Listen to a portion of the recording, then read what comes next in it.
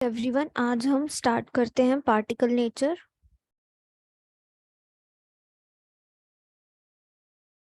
ठीक है। Dual nature of radiations हम पढ़ रहे हैं और हमने अभी वेव्स के कैरेक्टरिस्टिक्स देख लिए थे बेसिक, कि वेवलेंथ क्या होती है, एम्पलीट्यूड क्या होता है, टाइम पीरियड ऑफ ऑसिलेशन क्या होता है, एम्पलीट्यूड क्या होता है। ठीक है। तो हमने देख लिया कि नेचर क्या है, इलेक्ट्रोमैग्नेटिक रेडिएशन क्या है। आज हमें देखना है पार्टिकल नेचर। ठीक है, दो टॉपिक्स हमने देख लिए हैं, तो चलिए स्टार्ट करते हैं।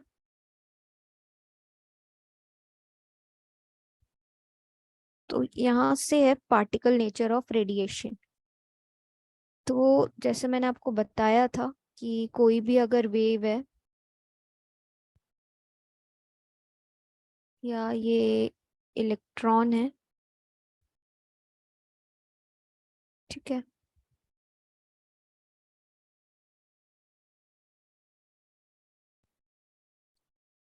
ये इलेक्ट्रॉन है, तो ये अगर किसी मीडियम से ट्रेवल करता है तो ये वेव नेचर शो करता है। बट अगर ये वेव किसी से जाके टकराती है तो यहाँ पे इसका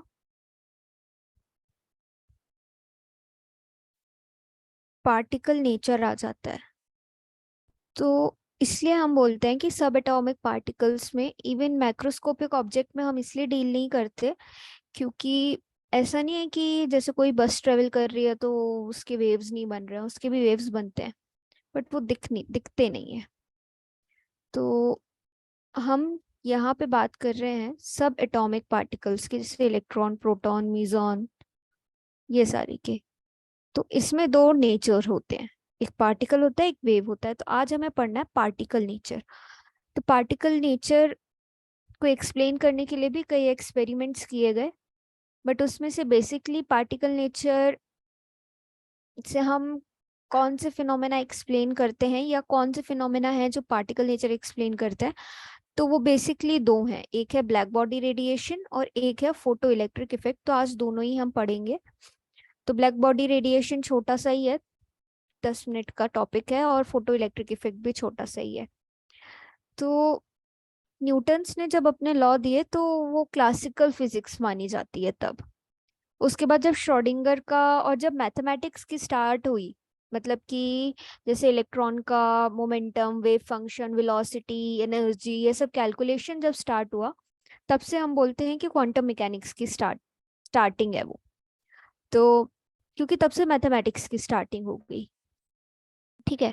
तो ये न्यूटन्स के लॉ, ये सब क्लासिकल फिजिक्स के अंडर आते हैं। उसके बाद 20th सेंचुरी में आपके, और उसके बाद कहना चाहिए हमें, ये सारे इफेक्ट्स के बारे में डिस्कशन होना स्टार्ट हुआ। तो कंसेप्ट ये आया कि क्या द लॉज ऑफ न्यूटन जो उन्होंने क्लासिकल फिजिक्स में या मैकेनिक्स में दिए, क्या वो लॉज सब एटॉमिक पार्टिकल्स के लिए भी एप्लीकेबल हैं? क्या वो स्मॉलर माइन्यूट पार्टिकल्स के लिए भी एलिजिबल हैं?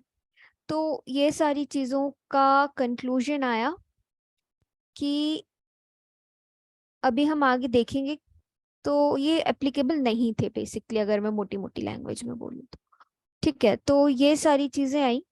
तो हम स्टार्ट करते हैं ब्लैक बॉडी रेडिएशन से, कि ब्लैक बॉडी रेडिएशन होती क्या है और उसका जो ग्राफ क्या है, या टेम्परेचर और जो इंटेंसिटी के बीच में ग्राफ प्लॉट होता है वो क्या है बेसिकली, क्योंकि वही है जो आपको ब्लैक बॉडी रेडिएशन एक्सप्लेन करता है। तो ब्लैक बॉडी होती क्या है? सबसे पहले तो ब्लैक बॉडी वो बॉडी है, ऐसी कोई भी बॉडी जिसपे जो रेडिएशंस फॉल हो रही हैं, जितनी भी हो रही हैं, वो सारी की सारी रेडिएशंस वो एब्जॉर्ब करती है, और जितनी फॉल हो रही है उसके अंदर तब तक रिफ्लेक्शन होता रहता है, तब तक जब तक वो पूरी की पूरी एनर्जी को एब्जॉर्ब ना कर ले। और जितनी उस पर फॉल हो रही है वही रेडिएशंस वो एमिट भी करती है। So a perfect black body is one which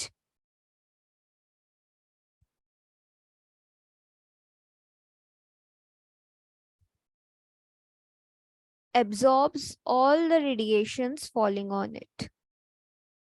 Absorbs all the radiation जो भी उस पे fall हो रही है. So you can see in the definition, a perfect black body is one which absorbs all the radiation जो भी उस पे fall हो रही है. और ये जितनी एब्जॉर्ब कर रही है उतनी ही ये एमिट भी करती है. तो वो जो एमिट हो रही है रेडिएशन, उसको हम बोलते हैं ब्लैक बॉडी रेडिएशन. जैसे ये जो एमिट हो रही है radiation, this is black body radiation, क्योंकि ये ब्लैक बॉडी एमिट कर रही है. सो आप किसी भी बॉल को ले सकते हो, उसमें इतना सा होल किया, उसको अंदर से पूरा ब्लैक कर दिया, तो आप देखोगे कि अगर आपने कोई लाइट उसमें फॉल की तो पूरी एब्जॉर्ब होती है. तो ये सारे एक्सपेरिमेंटल चीजें हैं, बट मैं आपको बता रही हूँ कि आप ऐसे कर सकते हो कि आपने किसी बॉल को लिया, उसमें इतना सा होल किया, and you can do it. Okay, so ये हुआ आपकी ब्लैक बॉडी. तो एक्सपेरिमेंटली एक ब्लैक बॉडी क्या है? It is a hollow body, अंदर से खाली है, जिसके अंदर पूरा ब्लैक है. ठीक है, छोटी सी ओपनिंग है, उसको हम आइडियल ब्लैक बॉडी मानते हैं. सो एनी रेडिएशन जो कि उसके अंदर फॉल हो रही है, उसमें जैसे यहाँ से कोई रेडिएशन आई, ये तब तक रिफ्लेक्ट होगी, रिफ्लेक्ट होगी, रिफ्लेक्ट होगी, जब तक ये पूरी एब्जॉर्ब नहीं हो जाती. ठीक है, और ये एमिट होगी. So this that will be known as black body radiation. Now we will see आगे इसके बारे में क्या दिया हुआ है, तो हम देखते हैं. ठीक है, ये रेज कर दूं मैं. Yes. So of the various types of body heated to a particular temperature, एक सिर्फ ब्लैक बॉडी है जो कि मैक्सिमम अमाउंट ऑफ एनर्जी को रेडिएट करती है. तो जितनी अमाउंट में उसने एनर्जी को एब्जॉर्ब किया है, उतनी ही अमाउंट में वो एनर्जी को रेडिएट भी करती है. सो ये इसका एक्सपेरिमेंटल ऑब्जर्वेशन है, और ये बहुत बहुत इम्पॉर्टेंट है. इसके बारे में मैं आपको यहाँ लेफ्ट हैंड साइड पे कुछ चीजें बता रही हूँ, और उसको ऑब्जर्व करके इस ग्राफ को आप देखना. ठीक है, यही है पूरा ब्लैक बॉडी रेडिएशन, इसी ग्राफ में है जो है. ठीक है, सो यहाँ पर मैं कुछ चीजें लिख रही हूँ. ठीक है, अब जैसे कि ये एक ब्लैक बॉडी है, और इस पे ये मॉलिक्यूल्स हैं, ये एटम्स हैं. ठीक है, और मान लो टेम्परेचर कम है. ठीक है, टेम्परेचर कम है, तो ये जो मॉलिक्यूल्स हैं, मॉलिक्यूल्स नहीं, एटम कहना चाहिए, ये जो एटम्स हैं आपके, ये वाइब्रेट कम करेंगे. ठीक है, वाइब्रेट कम करेंगे. वाइब्रेट कम करेंगे तो इसकी फ्रीक्वेंसी कम होगी. ठीक है, अब फ्रीक्वेंसी कम होगी तो जो वेवलेंथ होगी वो ज्यादा होगी. वेवलेंथ ज्यादा होगी तो इसका मतलब है ये चीज रेड कलर के साइड शिफ्ट होगी. अब अगर मैंने टेम्परेचर बढ़ा दिया, तो ये जो मॉलिक एटम्स हैं, इनमें वाइब्रेशन होगा, ऑसिलेशन होगा, और इसी एटम के ऑसिलेशन को हम ऑसिलेटर्स भी कहते हैं, कि these atoms are oscillators. So temperature बढ़ाएंगे, फ्रीक्वेंसी बढ़ेगी, वेवलेंथ कम होगी, और ये शिफ्ट होगा ब्लू कलर के साइड, सिंस न्यू और वेवलेंथ में इनवर्स रिलेशन है. तो अब आप इस ग्राफ को देखो, इस ग्राफ को देखो, और जहां पर मेरा ये कर्सर है, अब आप वहां देखो कि जब टेम्परेचर आपका 4500 केल्विन था, ठीक है, और जब 5500 केल्विन था, तो 4500 केल्विन कम टेम्परेचर है, और टेम्परेचर कम है मतलब कि फ्रीक्वेंसी कम है, फ्रीक्वेंसी कम है मतलब कि वेवलेंथ ज्यादा है. इसीलिए ये जो लाइन है आपकी, ये रेड कलर से बनी हुई है. ठीक है, पहला ऑब्जर्वेशन. दूसरा ऑब्जर्वेशन, मैंने टेम्परेचर को बढ़ा दिया तो मॉलिक्यूल्स ज्यादा वाइब्रेट कर रहे हैं. वाइब्रेट कर रहे हैं मतलब ऑसिलेट कर रहे हैं, तो इनकी वेवलेंथ कम हो गई क्योंकि फ्रीक्वेंसी बढ़ गई। वेवलेंथ कम हो गई, इसका मतलब कि ब्लू कलर की तरफ शिफ्ट होता है। तो आप देखो ज्यादा टेम्परेचर पे आपको ब्लू लाइन मिल रही है। तो इससे क्या पता चल रहा है, इससे ये पता चल रहा है कि अगर टेम्परेचर T1, T2 और T3 तीन टेम्परेचर हैं, इसका एरो मुझे इस साइड बनाना चाहिए,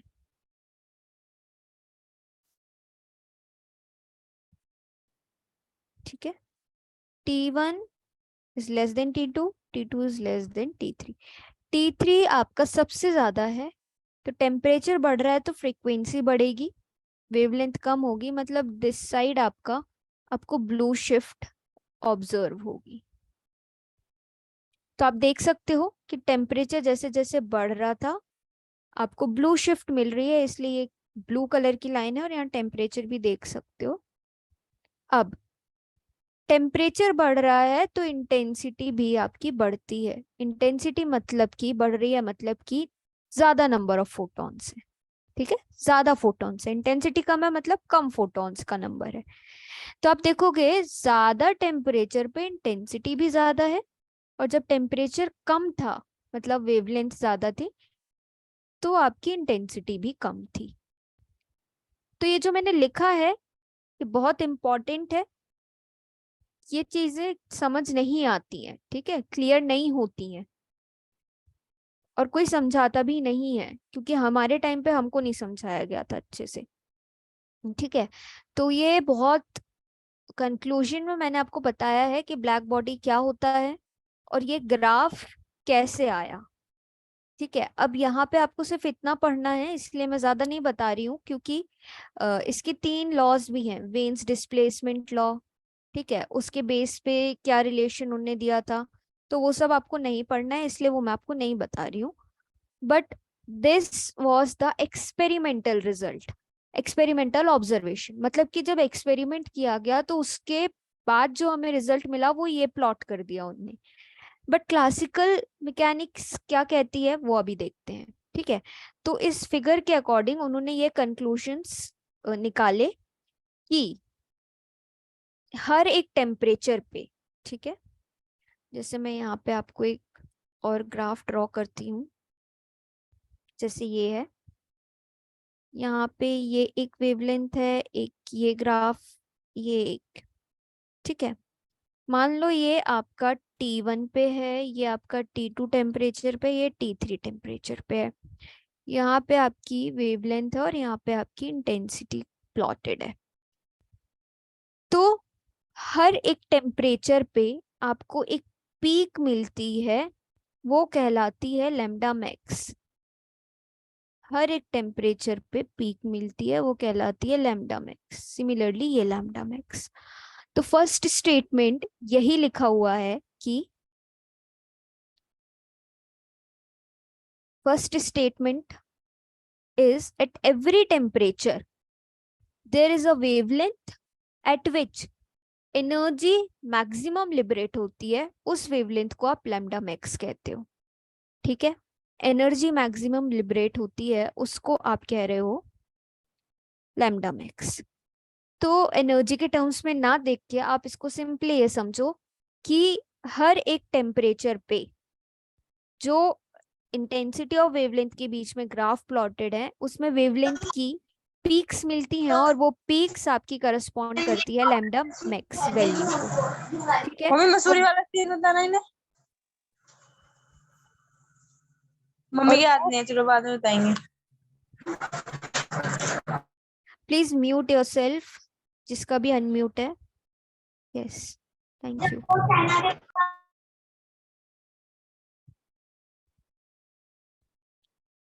तो आपको हर एक टेम्परेचर पे एक लैम्डा मैक्स की वैल्यू मिलती है, ठीक है, वो वेवलेंथ की मैक्सिमम पीक है।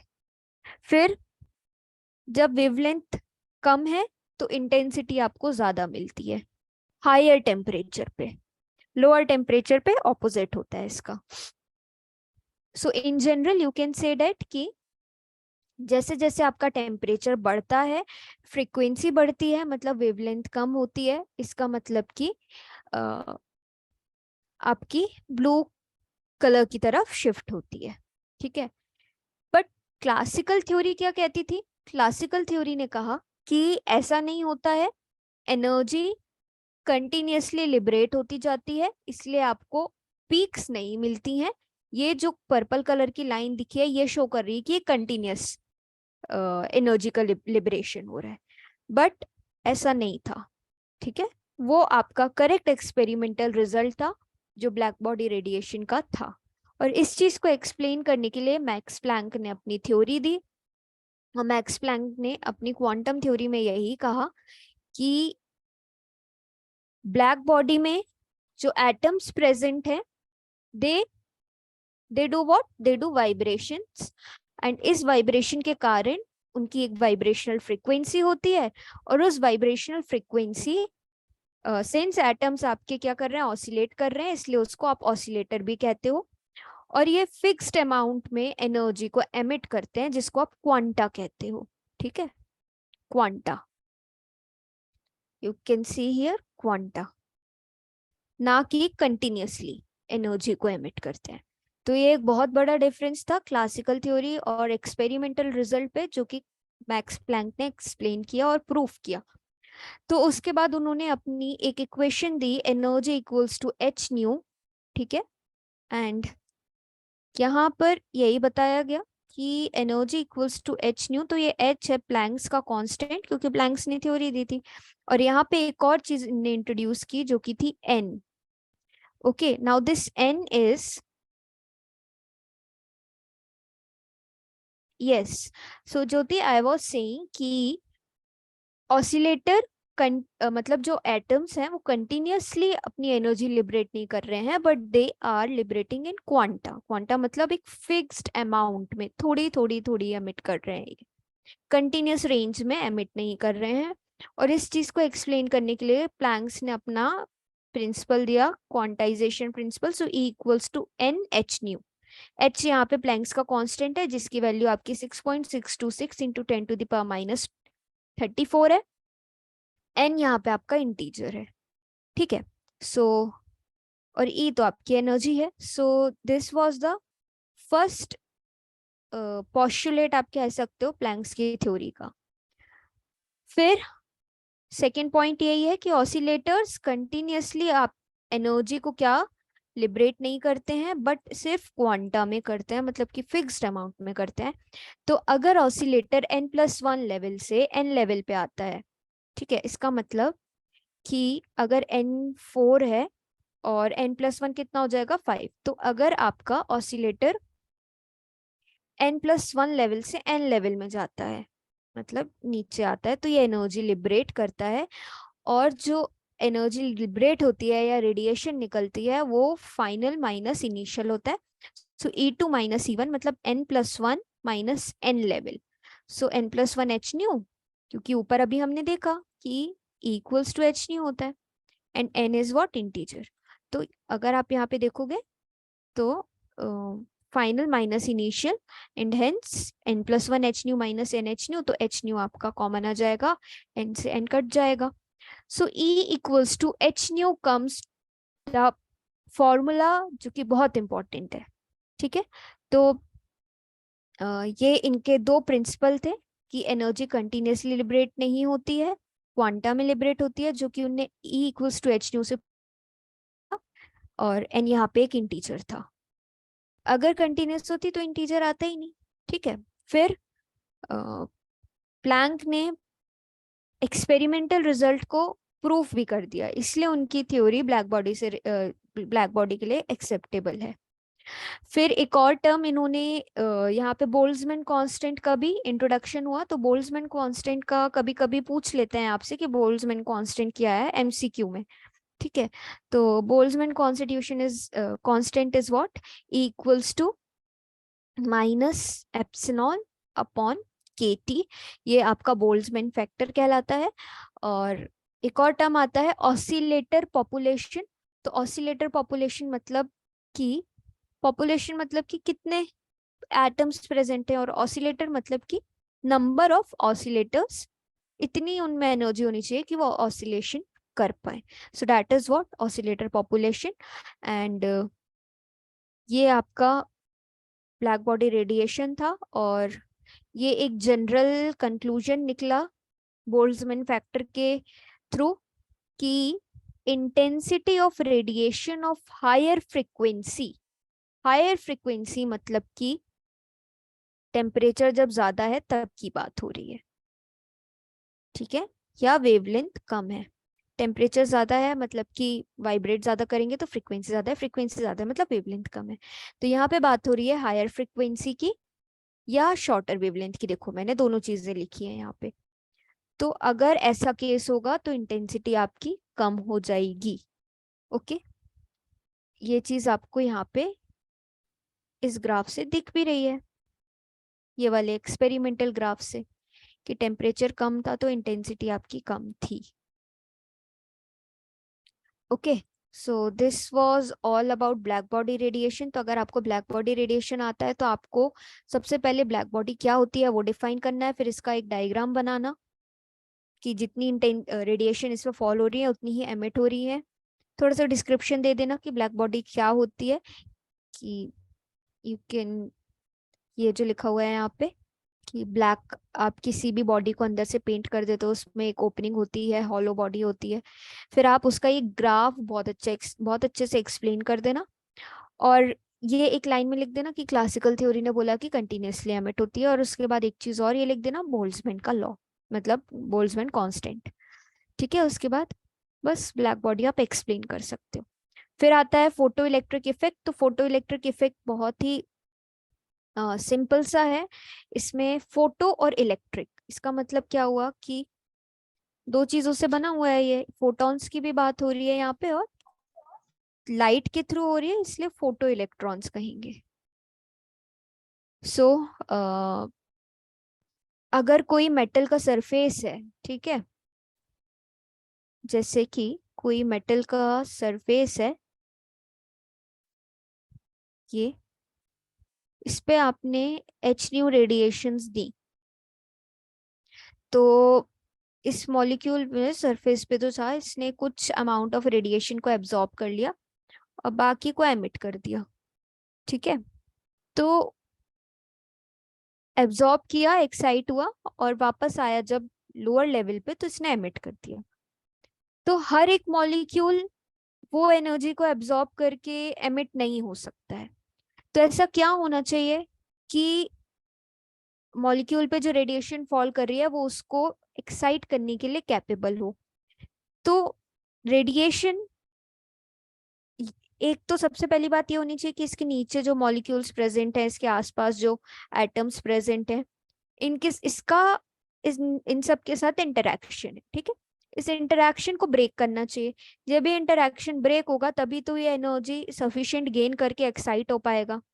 ठीक है, तो इसलिए हम कहते हैं कि सारी रेडिएशन जो इस पे फॉल कर रही है वो कैपेबल नहीं है इसको एक्साइट करने के लिए. Only that minimum amount of radiation is capable to excite the atoms present on the surface. That is known as threshold energy. ठीक है, अब जैसे कि आपको कोई बुक लेने जानी है और वो कम से कम आ रही है कितने पैसे की, मान लो 500 रुपए की आ रही है, तो आपके पास कम से कम 500 तो होने ही चाहिए. उससे ज्यादा होंगे तो चलेगा, बट उससे कम होंगे तो आप वो बुक नहीं खरीद सकते. सेम चीज यहाँ आती है कि अगर एच न्यू रेडिएशन है, ठीक है, एच न्यू नॉट कहना चाहिए, थ्रेशोल्ड एनर्जी, तो फोटो इलेक्ट्रॉन्स एमिट हो जाएंगे. इससे ज्यादा होगी तो भी कोई प्रॉब्लम नहीं है, तो भी एमिट होंगे. इससे कम होगी तो एमिट नहीं हो सकते. ठीक है, सो ये एमिशन फोटो इलेक्ट्रॉन्स का when light falls on the metal surface is known as photoelectric effect. So photoelectric effect is what? Emission of electrons, emission of electrons from the metal surface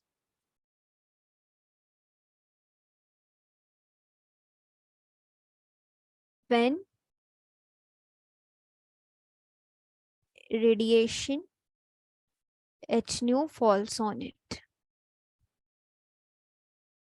फिर आप लिखोगे थ्रेशोल्ड फ्रीक्वेंसी क्या होती है, या threshold frequency या threshold energy क्या होती है। ठीक है, सो आगे देखते हैं इसमें कुछ टर्म्स और इसकी थोड़ी सी इक्वेशन, मैथमेटिकल पार्ट।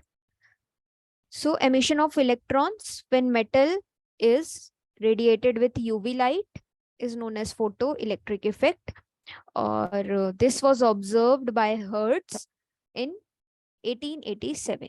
ये इसका डायग्राम है, ये इनकमिंग रेडिएशन एच न्यू है। और अब यहाँ पे E equals to half M we square क्या है, काइनेटिक एनर्जी का फॉर्मूला है। तो यहाँ पे क्यों हुई, ये इसलिए हुई क्योंकि काइनेटिक एनर्जी के कारण ही इलेक्ट्रॉन आगे बढ़ता है ना। काइनेटिक एनर्जी होगी तभी इलेक्ट्रॉन आगे बढ़ता है, कि m is mass, v is velocity. तो इतनी एनर्जी होनी चाहिए कि वो उसकी काइनेटिक एनर्जी के इक्वल हो या तो उससे ज्यादा हो।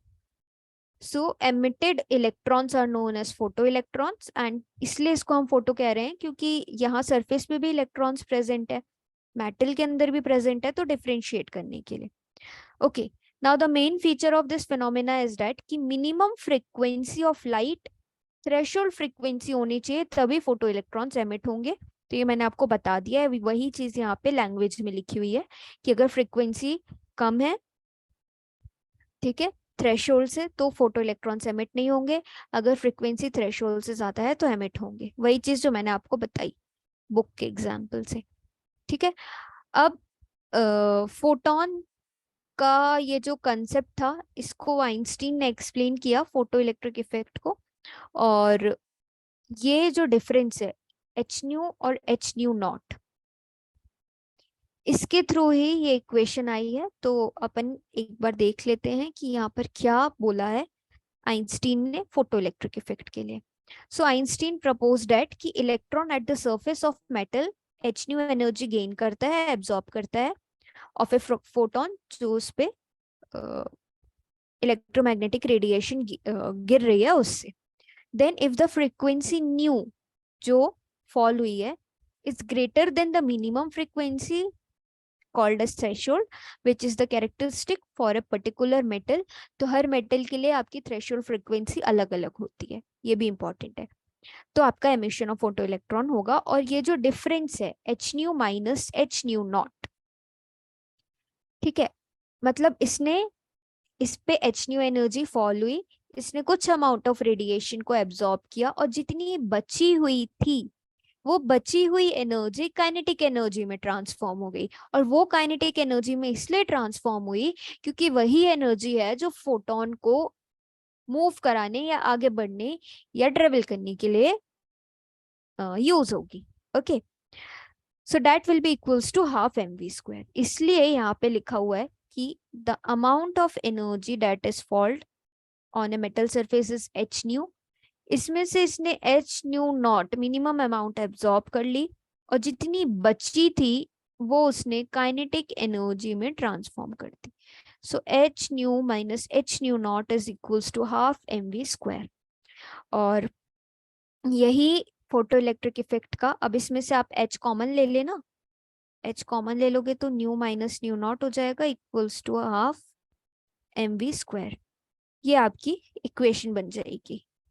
ठीक है, तो ये आपका हो जाएगा फोटो इलेक्ट्रिक इफेक्ट। अब यहाँ पे भी कंजर्वेशन ऑफ एनर्जी का फॉलो तो हो ही रहा है कि जितनी इनिशियल में थी energy only can be transformed, है ना, क्रिएट नहीं हो सकती और डिस्ट्रॉय नहीं हो सकती। सो वही वही रिपीट हुई है सारी चीजें कि अगर थ्रेशोल्ड फ्रीक्वेंसी से कम है तो एमिट नहीं होगा, उससे ज्यादा है तभी एमिट होगा। So this is what photo electric effect in black body radiation. I hope आप लोग को समझ आया होगा। और ब्लैक बॉडी तो इम्पोर्टेंट है, आता ही है। ओके, इसके बाद हम पढ़ेंगे, इसके बाद हम पढ़ेंगे, देख लेते हैं अपन को इसके बाद इस यूनिट में क्या पढ़ना है। कहाँ गई ये यूनिट?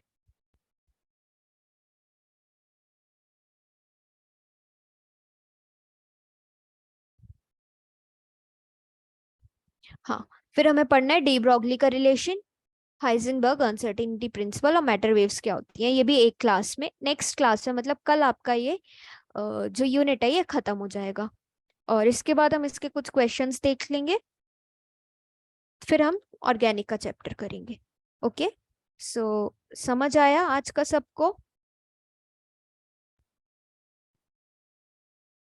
यस और no? Yes ma'am. Yes. Jyoti, Simran, Bhavna, Sanjana and S और एन से कौन ज्वाइंट है? ओके, ठीक है। सो आज के लिए इतना ही, अब अपन मिलते हैं कल। Okay, so have a good day all of you. I am ending the meeting, ठीक है? Okay ma'am. ओके।